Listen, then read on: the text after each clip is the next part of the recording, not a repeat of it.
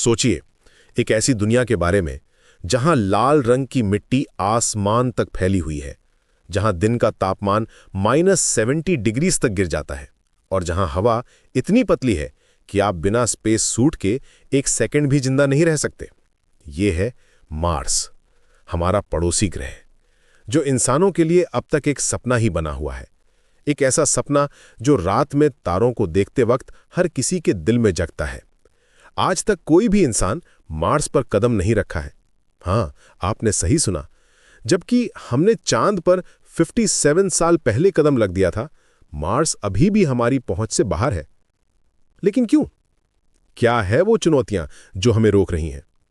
ये कहानी है उन बाधाओं की जो इंसान और मार्स के बीच एक इनविजिबल वॉल की तरह खड़ी हैं।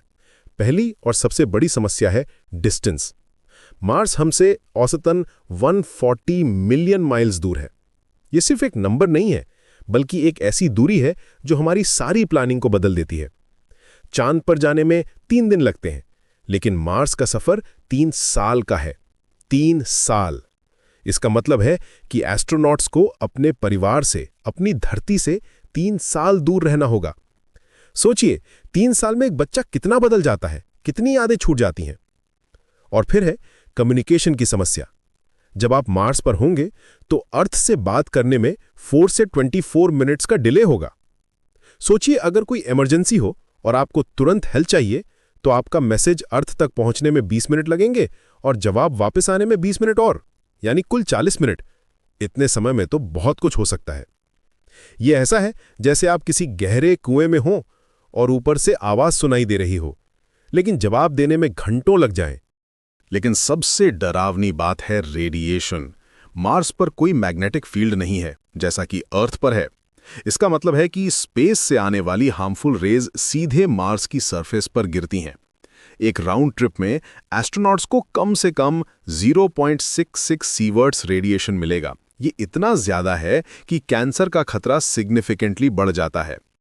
नासा के साइंटिस्ट इसे ऐसे समझाते हैं जैसे आप हर दिन चेस्ट एक्सरे करवा रहे हों। मार्स की हवा भी एक बड़ी चुनौती है।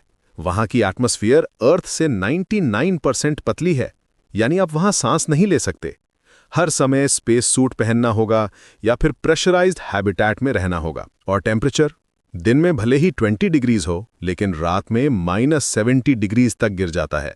यह ऐसा है जैसे आप राजस्थान के डेजर्ट में दिन बिताएं और रात में साइबेरिया चले जाएं। फिर भी इंसान हार मानने वाला नहीं है। स्पेसएक्स के इलॉन मस्क ने एम्बिशियस प्लान्स बनाए हैं। उनका कहना है कि 2026 में पहले 5 अनमैन्ड स्टारशिप्स मार्स भेजे जाएंगे। अगर ये सक्सेसफुल रहे तो 2029 तक पहले ह्यूमंस मार्स पर पहुंच सकते हैं। हालांकि एक्सपर्ट्स का कहना है कि ये टाइमलाइन थोड़ा ऑप्टिमिस्टिक है और 2028 ज्यादा रियलिस्टिक लगता है। नासा भी पीछे नहीं है। वे मॉक्सी एक्सपेरिमेंट के जरिए मार्स की हवा से ऑक्सीजन बनाने में कामयाब हो गए हैं। ये एक बड़ी ब्रेक थ्रू है, क्योंकि इसका मतलब है कि एस्ट्रोनॉट्स को अर्थ से सारी ऑक्सीजन नहीं ले जानी होगी। ये टेक्नोलॉजी ऐसी है जैसे आप डेजर्ट में पानी निकालने का तरीका खोज लें। लेकिन सबसे बड़ी चुनौती है साइकोलॉजिकल।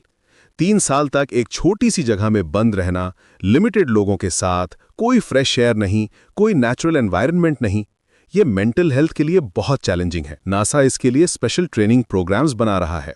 वे CHAPA मिशंस चला रहे हैं, जहां वॉलंटियर्स को अर्थ पर ही मार्स जैसे कंडीशंस में रखकर टेस्ट किया जा रहा है। मार्स मिशन की कॉस्ट भी एस्ट्रोनॉमिकल है। एक एस्टिमेट के अनुसार पहली ह्यूमन मिशन की कॉस्ट $100 बिलियन से ज्यादा हो सकती है।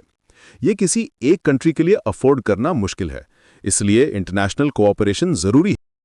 फिर भी टेक्नोलॉजी तेजी से डेवलप हो रही है। Reusable rockets, advanced life support systems, in situ resource utilization, ये सब मार्स मिशन को पॉसिबल बना रहे हैं।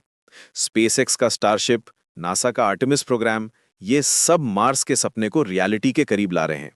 हर नई टेक्नोलॉजी एक नया कदम है उस सुनहरे भविष्य की ओर। मार्स पर जाना सिर्फ एक एडवेंचर नहीं है, बल्कि ह्यूमैनिटी का नेक्स्ट स्टेप है। ये हमारी स्पीशीज के सर्वाइवल के लिए जरूरी है। अर्थ पर रिसोर्सेज लिमिटेड हैं, क्लाइमेट चेंज एक रियलिटी है, मार्स एक बैकअप प्लान हो सकता है।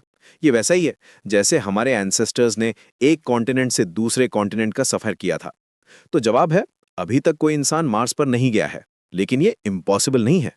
बस कुछ साल और इंतजार करना होगा, और जब पहला इंसान मार्स की लाल मिट्टी पर कदम रखेगा तो वो दिन इतिहास में गोल्डन लेटर्स में लिखा जाएगा, क्योंकि उस दिन हम सिर्फ एक प्लैनेट के क्रीचर्स नहीं रहेंगे, बल्कि ट्रूली इंटरप्लैनेटरी स्पीशीज बन जाएंगे।